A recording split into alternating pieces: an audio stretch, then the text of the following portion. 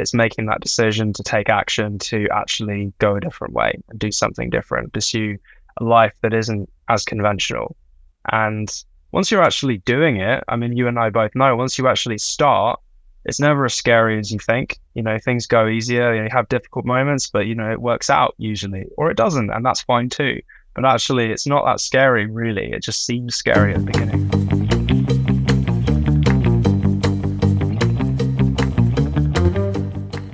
I would like to welcome Tristan Ridley to the Project Vitality podcast. I knew Tristan in a past life when we used to work in Surfers Paradise for the club crawl. So we've known each other for a long time, but just before we were chatting about when was the last time we saw each other, and it was over 10 years ago. And yeah, so we used to live and work in the beautiful Surfers Paradise, drinking and partying and causing a lot of mayhem. And I'm going to be honest, Tristan, when I knew you, when I first met you, you were just another backpacker from overseas. And I have this kind of perception of, here's just another one. And they're just going to cause me stress because I was managing all the staff. And, they're all over there just for a good time, but I'm trying to crunch the numbers and run it properly. And so we knew each other a little bit, but I didn't really know much about your background, and I didn't really know what you were going into after. So to see what you're doing, which is riding your bike around the world, and how long have you been traveling for now? I guess, I started cycling around the world actually not very long after I saw you the last time, I think. So actually the Gold Coast Surfers Paradise was, I guess, my last stop before I started a pretty big trip, which was Australia to New Zealand, and then a year from New Zealand to Papua New Guinea, and then cycling from there all the way back to the UK.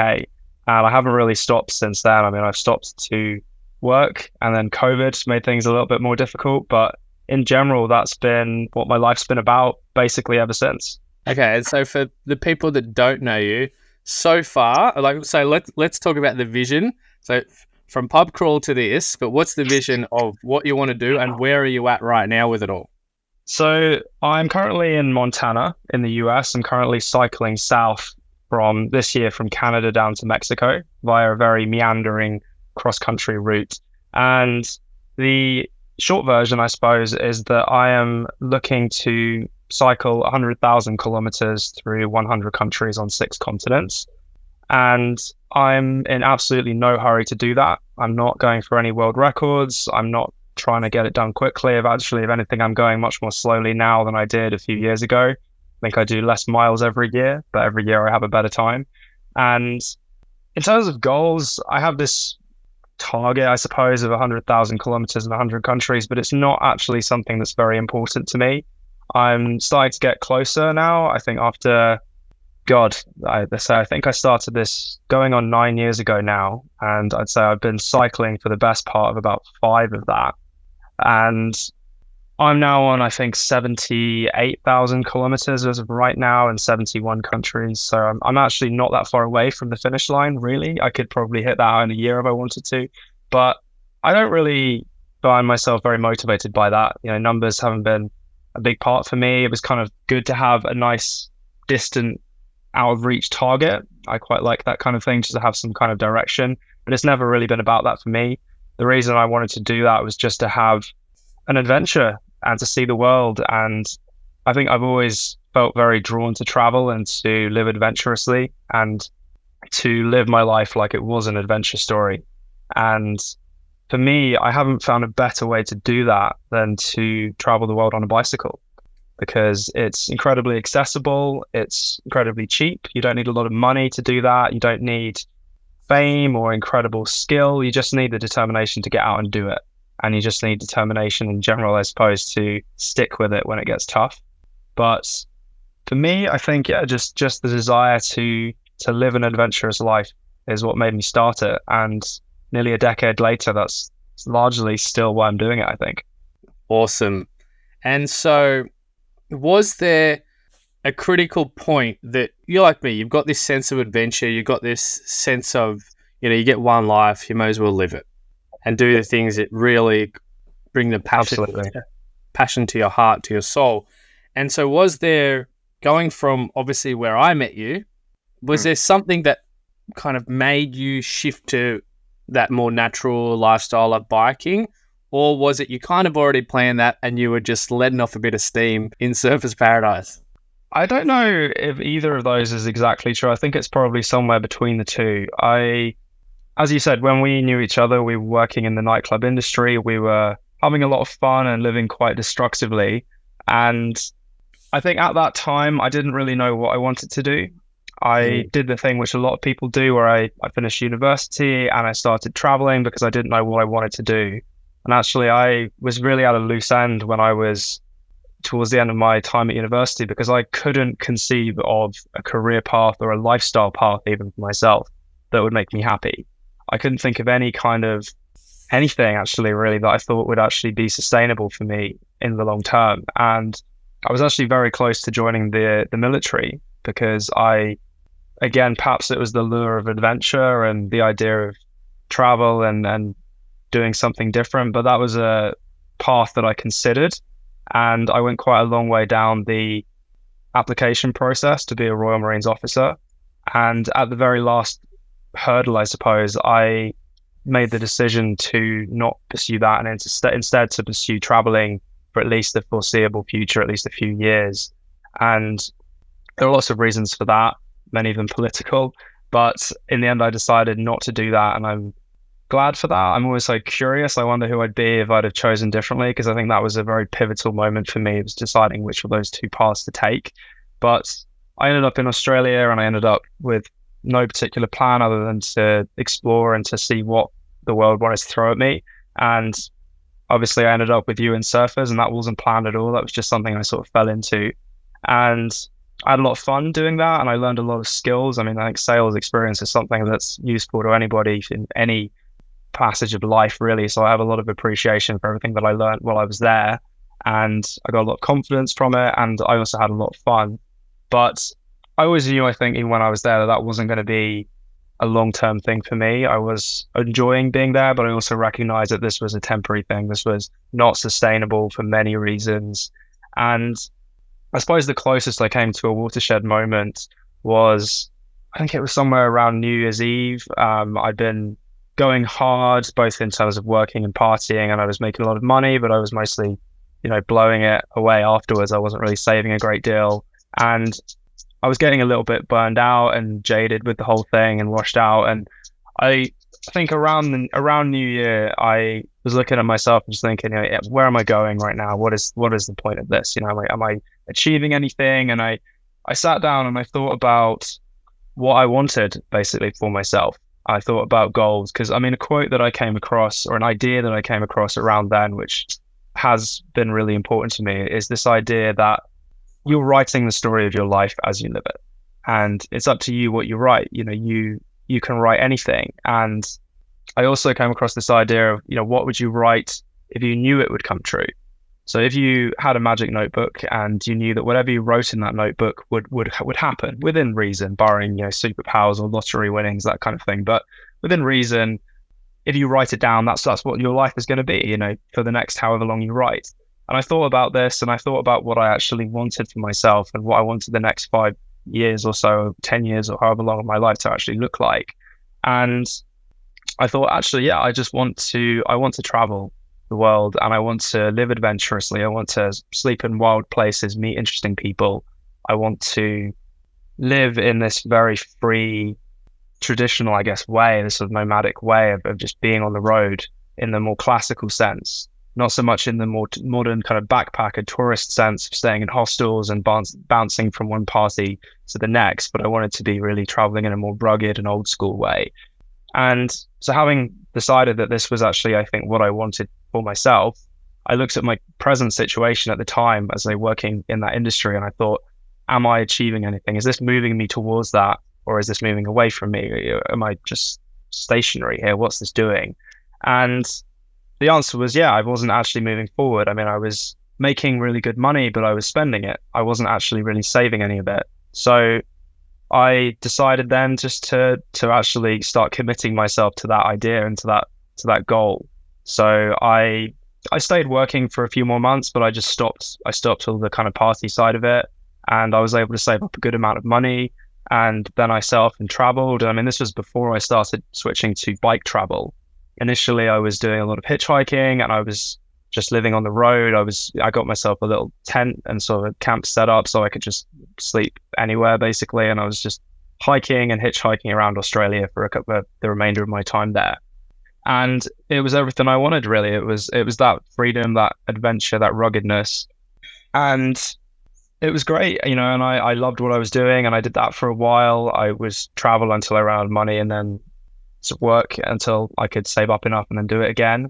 But after a while of doing that, I was also started to getting a little fatigued with the mode of transport, not with the travel itself, but hitchhiking as a means, being on foot. Although there are a lot of things I appreciate about that style of travel for the spontaneity and all the people that you do get to meet doing it, I found myself wanting more independence. And I, around that time, was reading a few books from people that had done long round the world bike trips.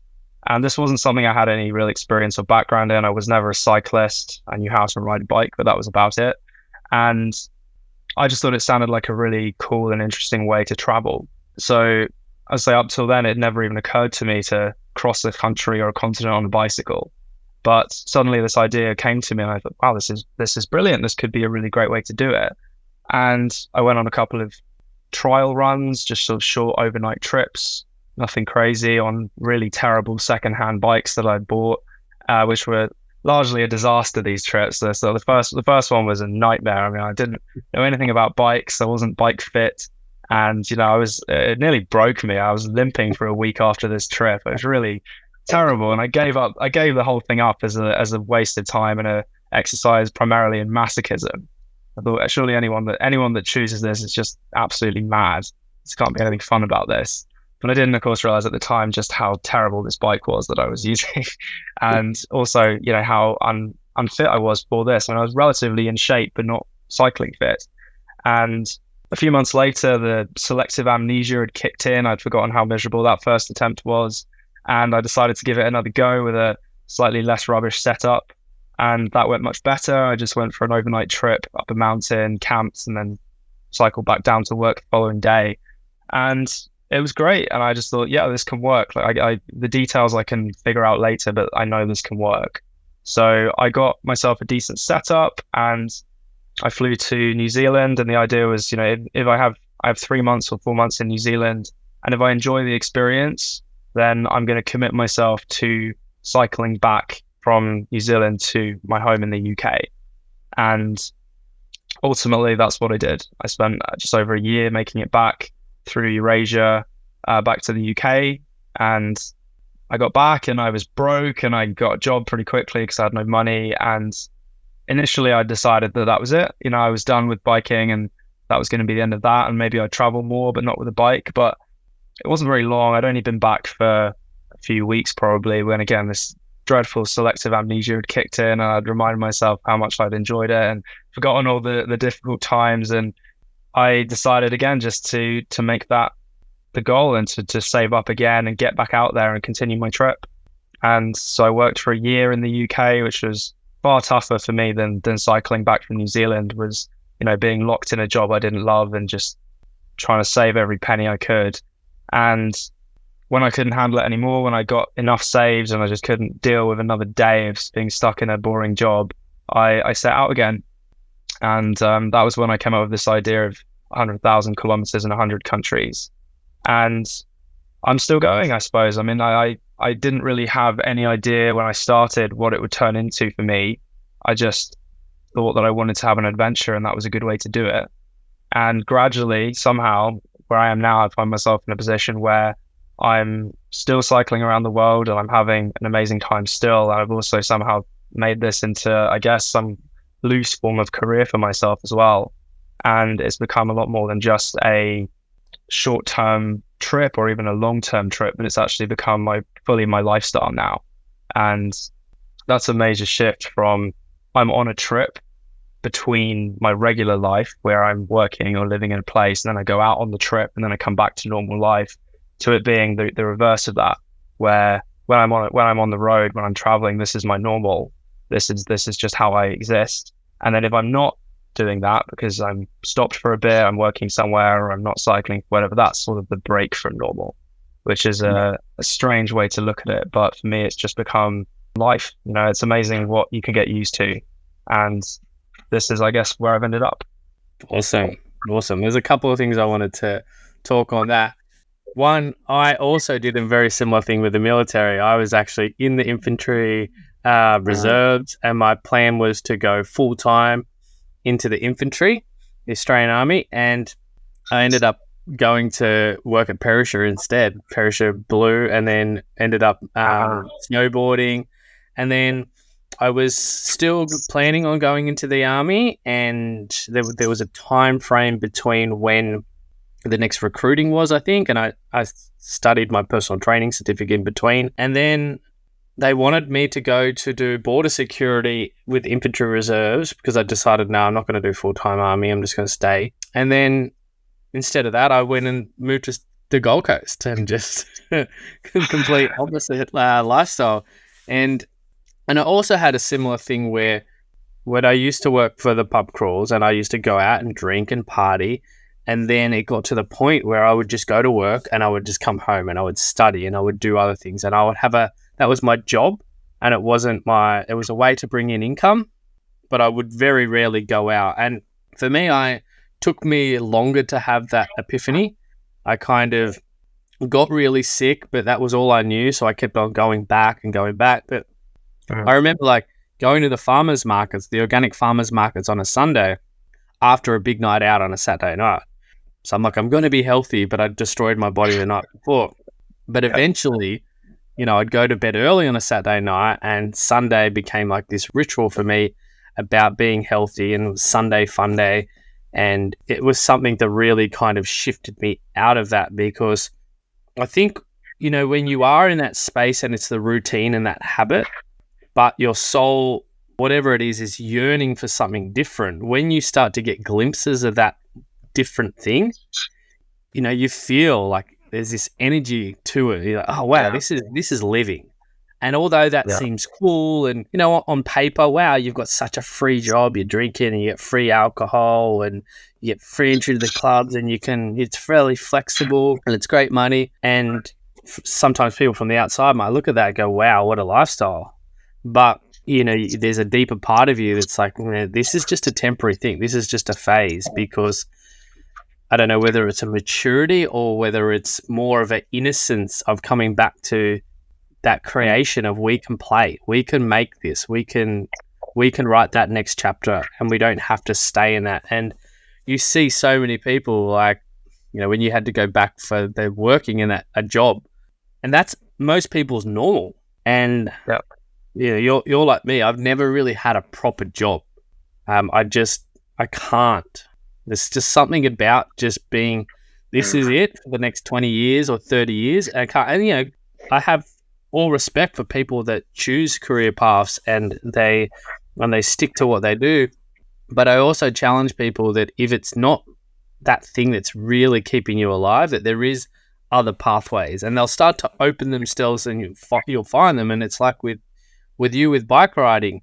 First of all, it was just this sense of adventure, and then it kind of morphed into this bike riding, starting with the shitty bike, and then going back to your normal life, and then your normal life's transitioned into being biking, and now when you're on holidays, it's probably going back home or going into something else. It's just, I always come back to this feeling of, we do write that next chapter. And that's always been this thing for me.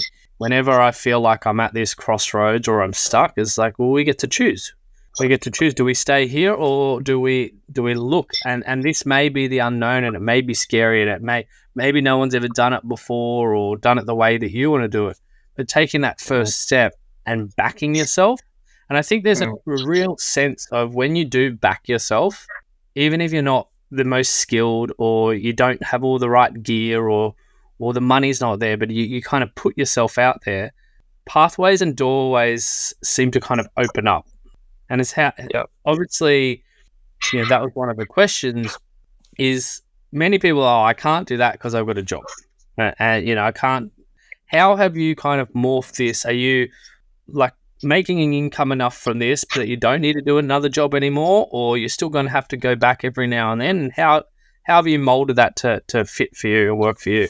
It's no secret that doTERRA has had a huge positive impact on my life, specifically around my mental health and my immune system. I've been doing this business now for 10 years and I can ship these products to anyone, anywhere in the world within 7 days. So if you're needing a good night's sleep, reducing your stress, if you're feeling anxious, overwhelmed, need some immune support, digestive support, metabolic health support, pretty much anything I can think of, these oils and doTERRA product range can support you. Now, I've created a landing page. It's thathealthdude.com/doTERRA, or you can also reach out to me in your DMs and I can make a custom package specifically for your needs. There's two ways. Either become a customer, that's 90% of my business, or if you've got a wellness brand and a business, you can use doTERRA and me, the perks are you get me, as a fulfillment partner to really support and enhance the vitality of your customer base. Just go to thathealthdude.com/doTERRA or send me a message in any of my social platforms in a DM. Yeah, well, I think definitely the starting out is the scariest bit in any venture, whether it's business or it's a grand traveling trip that you have planned or asking out somebody that you're interested in. The first bit, whatever it is usually the scary bit. Once you're in flow, once you're actually doing it, it's never as scary as you think. And I think there are so many people that are afraid of doing whatever it is they want to do because they're afraid it will fail, they're afraid it won't be sustainable, or it won't work out.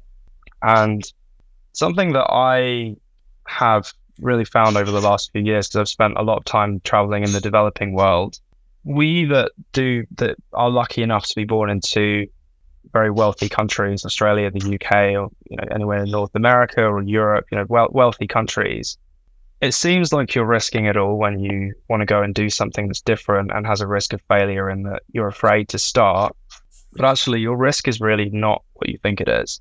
If you're born to a really impoverished country, if you're born in Somalia or Yemen and you have a dream to start something that's perceived as crazy, something very unusual and difficult, you're taking a real risk. If it doesn't work out, you might not have food, your family might starve. There's not a support net. There's real consequences for failure that matter. But if you're lucky enough to be born Australian or English, what are you actually really risking for most people? I mean, if it doesn't work out, you may lose some time, you're going to lose some money, you might not be in the best position for a little bit, but you're going to be fine. You're living in a country that has a safety net. You've probably got friends or family or someone that could help you out if you got really desperate. You're not going to be starving to death. You're going to be okay. You're not actually risking as much as you think you are. So the biggest reason not to do something is just that you're afraid to fail, and you don't want to be seen to fail a lot of the time, because people are very afraid of looking like failures. And recognizing that, I think, is actually quite helpful, because as soon as you realize that actually that's not a great reason not to do something, is it? Just being afraid to fail is not a good reason to not do something that you're passionate about. And so once you recognize that, it's like, well, okay, I have to do it then, right? This is not a good enough reason not to, so let's give it a go. And yeah, I mean, in my case, I started working for myself around about COVID. Prior to that, as I just worked whatever jobs I could get to just keep myself going around. I'd worked for over a year in the UK, and that actually was enough to keep me going on the road for almost 3 years around the world. So that was through Europe, Middle East, Africa, and South America. But yeah, COVID happened. I was in Argentina at the time, and I stuck in lockdown in Argentina for a few months before eventually having to bail out back to Europe. And I knew then that I was going to have to work again soon, because I was starting to run low on money. That whole saga was kind of expensive with having to organize flights out of there. And I just looked to my future, and I thought, God, I'm going to have to get another dull job, which I'm not inspired by, which is just a paycheck, basically. I'm just trading time for money. And I just thought, I really don't want to do this again. I've done this, I'm not as young as I was anymore. And I'm sort of feel like I'm done with that. I really just don't want to have to do that anymore.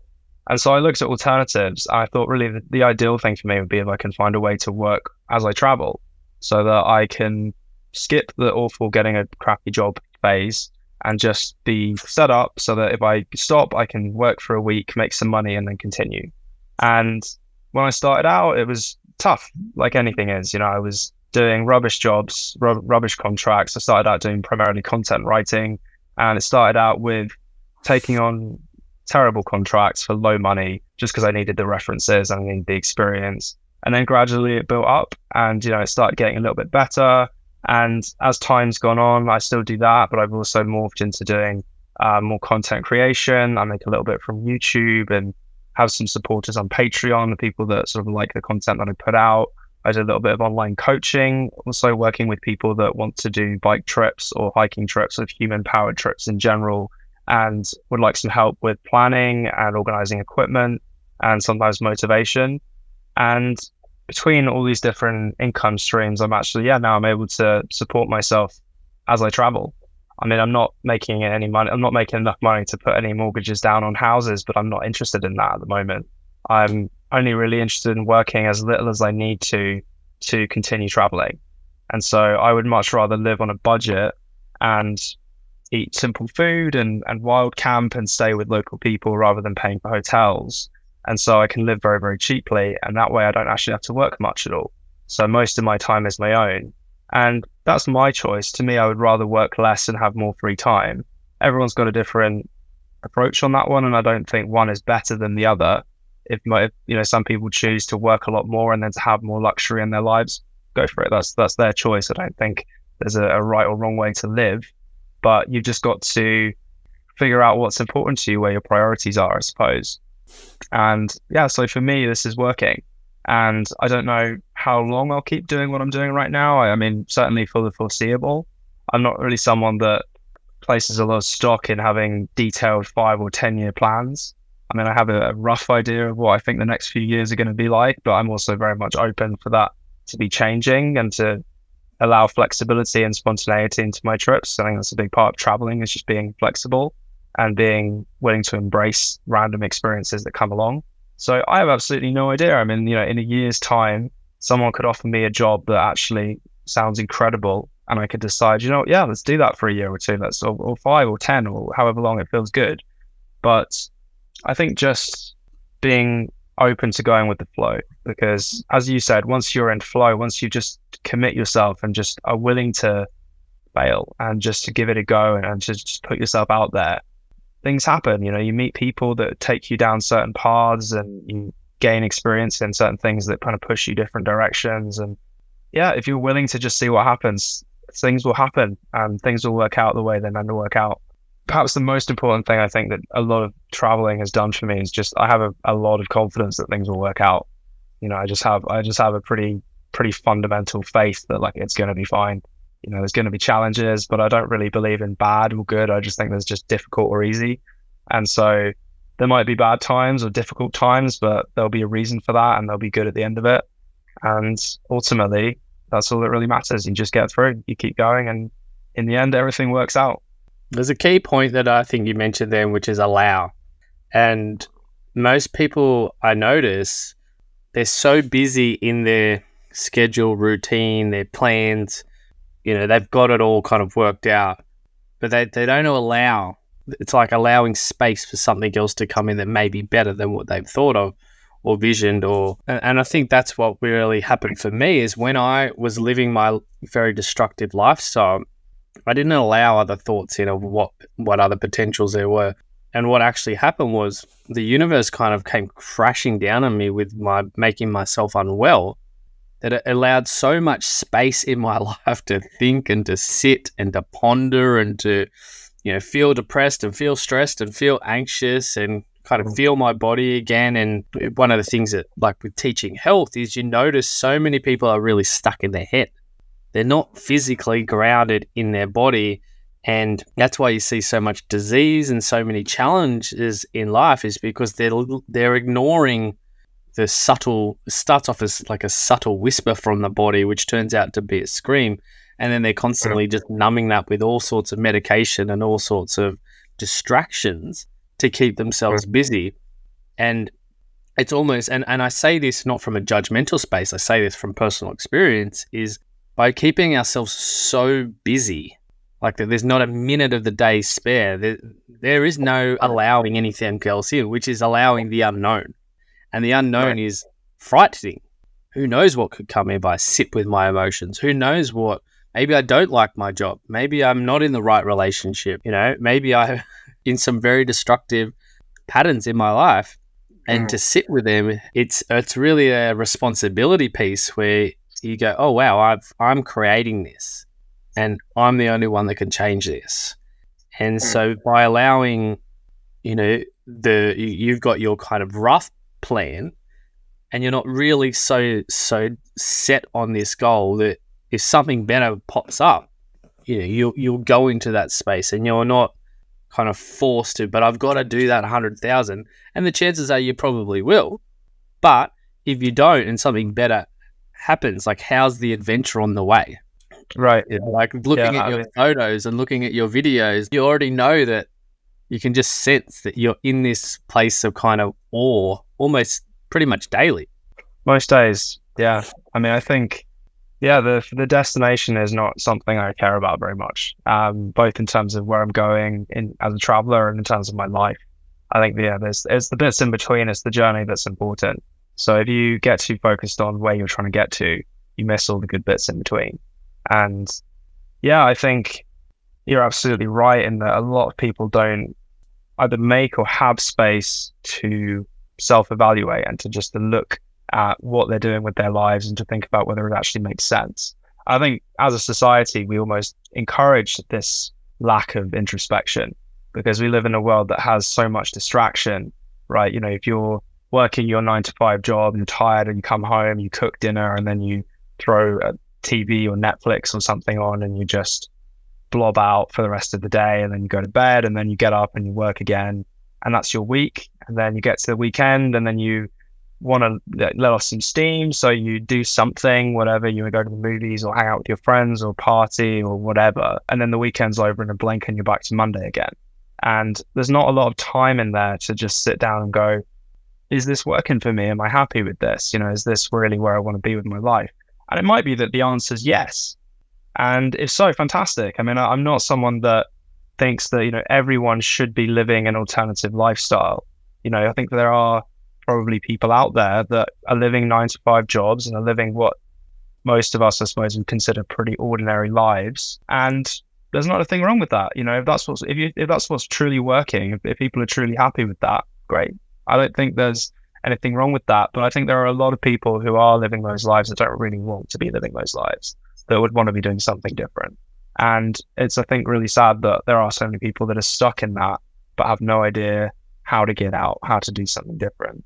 And there's a lot of pressure to continue. I mean, we live in a world which is very peer governed. I mean, you're talking before about being stuck in the party bubble when you and I were working in the Gold Coast, and finding it difficult to get out of that, and finding it strange, especially starting out when you're trying not to do that and feeling, hungover on a Sunday. And there's, again, if everyone else is doing something, you're probably going to do the same thing, right? Everyone else there is going to be going hard during the week and partying, and they're having a great time, or they seem to be, or think they're having a great time. And so you're likely going to do the same thing. And if you're one of the only people that, or at least you seem to be one of the only people that looks at this and thinks, I'm not sure this is working for me anymore, I'm not sure I really want to be here, it's pretty hard and pretty lonely to be that person to actually go a different way.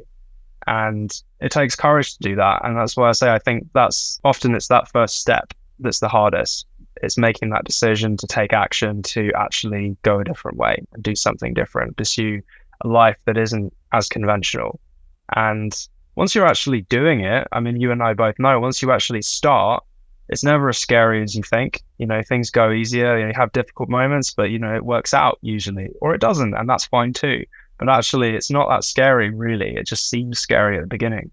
So I think the biggest piece of advice I think I would give anyone, not that anyone's asking, but if they were to, is just to start. Like, it doesn't matter if you mess it up. It doesn't matter what it is you want to do. It doesn't matter how frightening it is. It doesn't matter if you completely go to pieces and it doesn't work out and it's a disaster. Just start, do it. Like, what are you really risking? Just give it a go. And if it doesn't work out, that's also a good thing. At least I think personally, I would rather know that I tried and it didn't work out and have no regrets than go through my life always wishing I'd have done something. Because that, I think, is something that is pretty commonly known is that, one of the biggest regrets that people have towards the end of their lives are those things they didn't want to, they wanted to do, but they were too scared to do.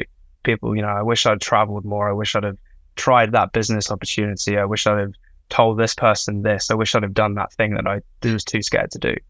And for me, that's just not how I want to live my life. I don't want to have regrets. I don't want to look back and think, oh, I should have done this differently. I wish I'd have had the courage to do that thing. I just want to look back and say, you know what, gave it my best. It didn't always work out. I made mistakes along the way, and that's fine. But ultimately, I think just living without regret and with conviction that it's going to be okay is for me the only way I could really do it, I think. You touched on the peer circle, and generally those closest to you, and I'm not saying this always, but especially when you're not really living your truth or living true to your heart, is when you start to go out on that new thing. It's generally those closest to you that are trying to hold you back. Like when you go out and start that new business. Like I've got a network marketing business selling essential oils. My group of circle when I started that was pub crawl people. So everyone thought I'd lost my bloody mind because I'm talking about emotions and mental health and natural health. And like, what's this hippie? What is he lost it? And they just didn't get it. And I could have given up because the people around me weren't really interested in my product or my services. And I could have that's it. There is that part at the beginning where you have to have that courage where it is a little bit lonely. But what you also find is when you start to go down this part, oh, wait, there's other people that do similar things. There's actually this whole other bloody world out there. There's bike riders, or there's people that are there's a whole bloody organic farmers market where everybody's there on a Sunday and they've been up since, 5 a.m. for a beach swim or a surf or a walk, and they're getting all there and they're laughing and there's music. And you're like, what the hell is this? Like, I'm normally coming home at this time. And that's it is crazy because there is these whole other worlds out there when you start looking, but you have to be that first step is you have to take that first step. And normally what happens is, I don't know if you've ever heard of this saying, whereas it's like the feather, the brick, then the bus. It's like you ignore the universe sends you a feather to kind of send you a reminder. You ignore that and it throws a brick at you. You ignore that, then you get hit by a bus. And to me, I feel like I even ignore the bus and then a bloody plane hits me as well, or an asteroid. And this sometimes happens, and they can be what starts to, when you take that first courageous step, the next time you might not have to be hit by a bus. It might be the brick, but then you get a little bit more sensitive and a little bit more in tune to yourself, and then it might just be the feather. There's a sign. Maybe I was planning on traveling this way, but now I'm going to travel this way. And this whole other adventure and this whole other world start to open up. And so I always find that fascinating. And these are the type of things, these symbols that Mother Nature throws at us sometimes to get us questioning and thinking. And some people might think, oh, that's just a crow. But, why a crow? Why not a kookaburra? Why not a this? Why not a that? What you touched on earlier was about people having a job, and if that fulfills them, that's great. And for you right now, it's travel. And for me, I also love travel, but I got to a point where travel actually felt less free than being grounded. And so there's no, as you said, there's no right or wrong. You have to follow what your body desires. And I kind of looked at a more traditional lifestyle as a bit boring. I'm going to feel trapped. I'm going to feel overwhelmed. I'm not going to be able to express who I am. But then what happened was travel started to become that. I was like, I just want somewhere to, like, where my books are, and somewhere where I've got a routine, and somewhere where, and that feels really free to me. And by listening to like our own body and our own heart's desires, sometimes we will need to make pivotal changes that if you were like riding your bike and then one day it just didn't work. It's like, I don't know, the Forrest Gump movie where he just runs. Forrest Gump, I think I'll go home now. And then I'll go home now. Like, what? Like, he's done. And he's listened to his body in the most simplest form. But everyone else around him had this movement, and we're going to just keep running, and you're just going to keep doing this, and we're going to, the sponsors and all this. And that is this external influences can be the ones that kind of end up shaping and controlling our world, and we're not actually free, and we're living for our parent. We want to make our parents proud, or make our friend circle proud, or show the world who we are, or whatever it is, and we can get so stuck in that. And I really loved how you talked about there is no right or wrong, and just to be true to yourself is ultimately what you said. There's nothing wrong with a 9-to-5 job if you're fulfilled. And if that fulfillment of looking after your family is what drives you, and then that's great. But there's also sometimes a point where you can take risk. And as you said, in the Western world, and I remember this very clearly when I went to the USA, and I was just going for, I don't know, maybe a few months. I think I was there for 6 months, America and Canada, whatever the longest visa was in America and Canada. And they were at the border patrol. Like, how long are you here for? I was like, I don't know, like maybe it's around 6 months. And he's like, his brain couldn't fathom that you could he's like, what about your job? I was like, I'll just sort it out when I get home. And his brain just couldn't fathom that you could just leave and just go adventure and then come back and you'll be able to find a job. And it's like, well, we live in a world where there is so much. And in America, they're very generally, they work and they only take a few weeks holiday a year. And he literally thought I was trying to scam my way into living into America, because and that is the thing is, yes, you might not be on the same pay if you leave, or you might not have as many luxuries for a certain period of time, but you're going to at least know in your heart, you're not going to be on your deathbed going, I wish I did that. And the beauty is you will have many failures. And I want to talk about some of your challenges, some of your, I guess you could say, failures on your trip. We've already talked about the first bike, but also some of your great successes, because that's what happens is when you do have these failures, these moments which just grind you down and like, am I really doing what I'm supposed to be doing? It's generally followed by some type of confirmation that, you're on the right path. So I'd love to hear about some of your most challenging and worst moments bike riding, if there is any, and I'm sure there probably may be a couple, and some of your moments where, because sometimes like people are like, oh, when I get that photo of that thing, that beautiful picturesque place, that's when I know I've made it. But a lot of the time, those experiences that are like truly heartfelt, yes, there's sometimes those moments where you made it, you're like, wow. But then a lot of the times it might be just something really subtle and really simple. It's not even maybe picture worthy. It might just be a feeling that you have. So I'd love to know, I guess, your worst of your worst and your best of your best. Well, I think I actually don't entirely subscribe to good or bad as a concept when it comes to experiences. Lighthouse is my signature 6 or 12-month one-on-one mentorship program. It's pretty much where I've gathered all my life experience as studying with the Czech Institute for 15 years, my intuitive gifts, my personal challenges, which I do not wish upon anybody, and to fast track you to where you want to go. And my approach is very simple. 1, it's all about vitality and life force. Change takes a truck ton of energy. So you need that vitality and life force to ground you so that you're resilient when blockages come up, and they will.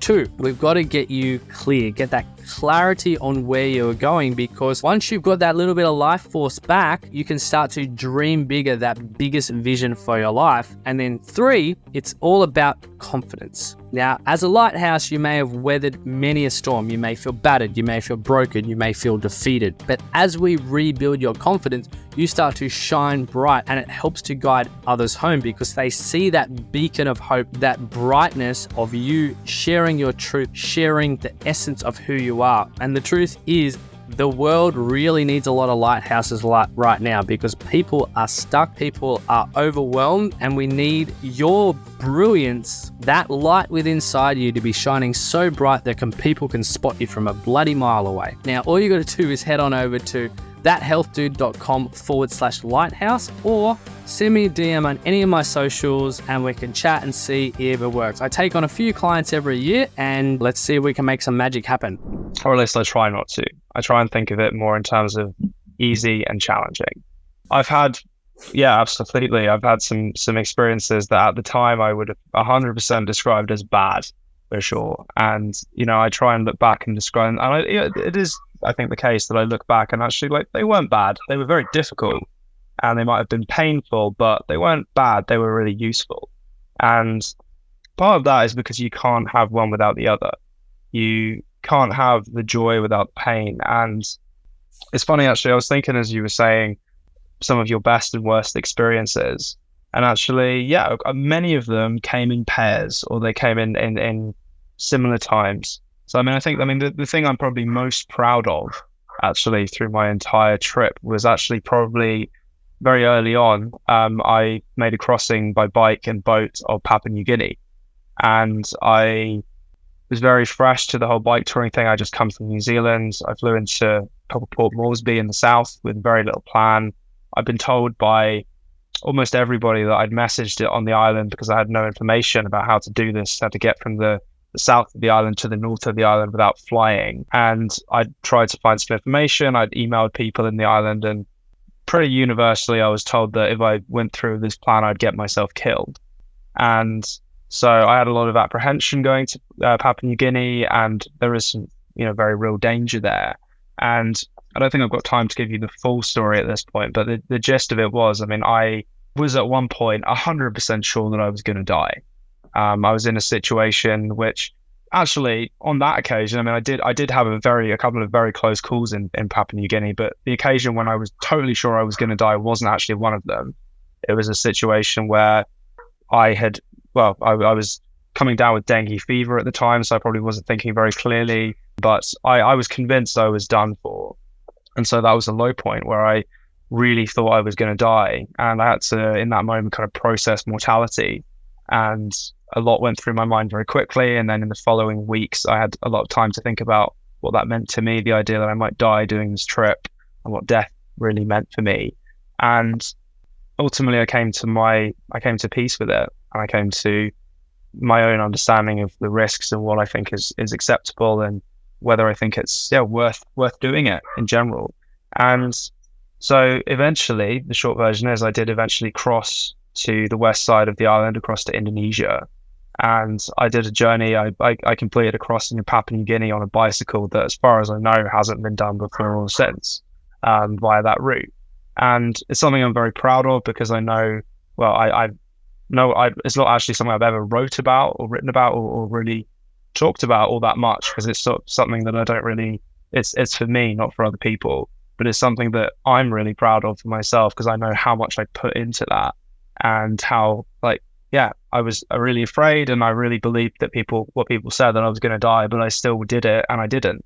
Those were 2 points, very much a huge low, and then having dengue fever there was a huge low as well, middle of nowhere, no hospital, no drugs, just, middle of the jungle, basically. Had to just sweat through it. And I made it, and I crossed, and the feeling of just, there isn't a word for that, relief, joy, rapture, exhilaration, exhaustion, all the feelings that I felt crossing that border. And I'll always have that. But I couldn't have had that. I couldn't have had that feeling without all the challenges that I had leading up to it. And I had a similar experience in China. Again, I was crossing the country very fast in tough conditions across the Tibetan Plateau. And I had lots of days where I was just riding dawn to dusk, non-stop, no days off for a month, no shower for a month. I was just absolutely exhausted.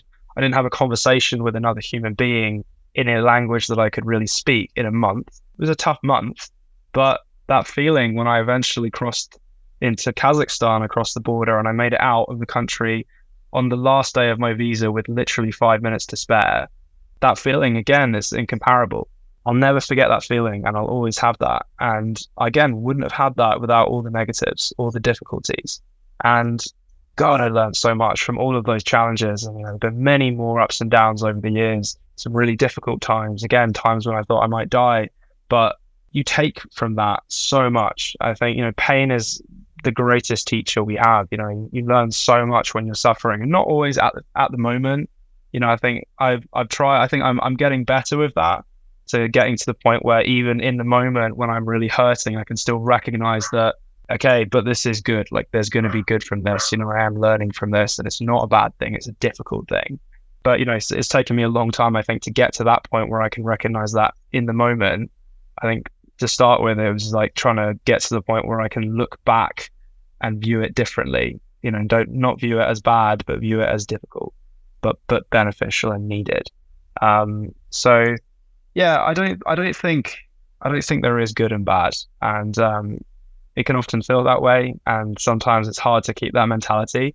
Actually, difficult is sometimes really important too. And if you only have the good, it would just be normal, right? That wouldn't be good anymore. It would just become your standard way to be, and that would be a shame. So I think, you take something from whatever happens to you. You kind of talked about the pain teacher. That's actually, as a Czech practitioner, Paul Chek teaches, the pain teacher is the greatest teacher. And for me, same thing. When I had my pneumonia and glandular fever, and the depression and the stress and the anxiety, that was the worst moments of my life. But it completely pivoted me to where I am today. And I was on a very, very destructive path. So if I didn't have something that completely brought me to a stop, who bloody knows where I'd be today? And I don't think it would be a pretty place. I might not even be here anymore. And so it is about really that you do get better at listening to that pain teacher, but at the beginning it can be harsh and it can be brutal. And as you said, those moments where you do, whether it's the discipline or you keep going or you keep believing in yourself, and you keep on the path and you go through all those challenges that were so difficult and so overwhelming. And when you get to that other side, there is this deep sense of being proud of yourself. Like, wow. Like I did that with the Everest Base Camp, and I did no training for Everest Base Camp. There was a doTERRA humanitarian trip in Nepal. I was like, I'm going to go. There's a last minute spot. And I remember all these people. There was a lot of people that were older than me, and I was really struggling. I remember at one point it was one foot in front of the other, and I was slightly embarrassed because there was older people that were like way fitter than me and all these type of things. But I just kept going. I was like, no, this is for me. And I remember there's a video of me, I think it's on my YouTube channel as well, but I put it on social media, of me pretty much crying my eyes out at Everest Base Camp, because for someone who had pneumonia and glandular fever and been a chronic asthmatic when I was younger, to be able to do that and trust in my body that it would get me there and it would protect me and it would keep me safe, even though, I felt like I was going to die or pass out or whatever it was. It was such a pivotal moment for me to just believe in my body again and believe that I was on that right path. And those moments, I remember the videos, like I've got bloody snot hanging out my nose, and I just grabbed my phone. I was like, oh. And that video itself, a few people have told me that then inspired them to do something and take risks as well. And so by being this example of going out and doing it for yourself, not that you're needing to prove it to anyone or show off to anyone, but when you do that, it's like this ripple where it shows others, oh, wow, maybe I could take a bit of a risk. Maybe I could go on a holiday, or maybe I could bike. And now you're teaching people and educating people to do all that. So that's bloody awesome, because that is the thing, is you're taking that, they're still risking it and taking a chance, but there's a bit of guidance and there's a bit of support along the way as well. So that's pretty epic. Yeah, well, I mean, I was inspired by people. Everyone, I had my inspirations from people that, say a few people that have written books, and a couple of actually early YouTube like bike video creators. And that was what gave me the idea, and it gave me the confidence to know that if other people can do this, I can do this. And so, I think for me, a big part of it has become just like the reason I bother documenting, my trip is partly just because I enjoy it for myself too. But I think, if even one person sees something that I put out, sees an article I've written or a video I've made or a photo or a story or something, and takes that and says, you know what, I want to do this thing. It might not be a bike trip, it could be whatever, but if someone is inspired by that in some small way, then it's worth it, because we inspire each other. This is how we grow, both as people and as a world. We have to back each other,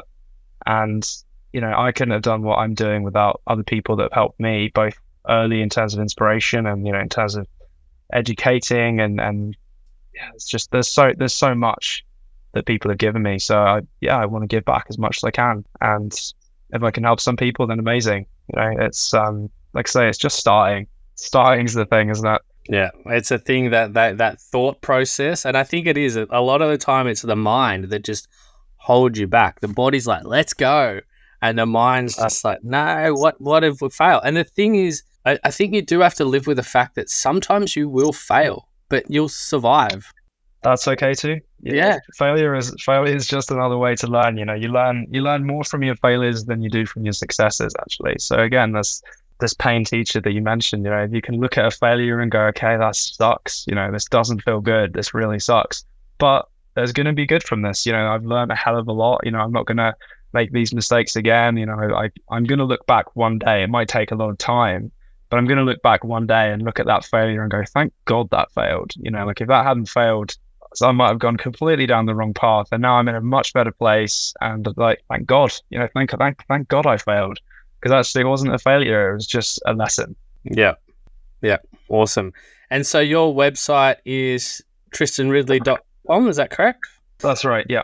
Yeah, and so all the show notes will have Tristan's socials and website, and you can follow him, support his Patreon, donate to his adventure if you want to, watch his videos, look at his photos. It's a very, very, what's the word, from Instagram, it's a very aesthetically pleasing Instagram profile that you have, because there's lots of great background photos and videos of where you've been. And many places, I think, to be honest, most of us wouldn't even think to take a bike.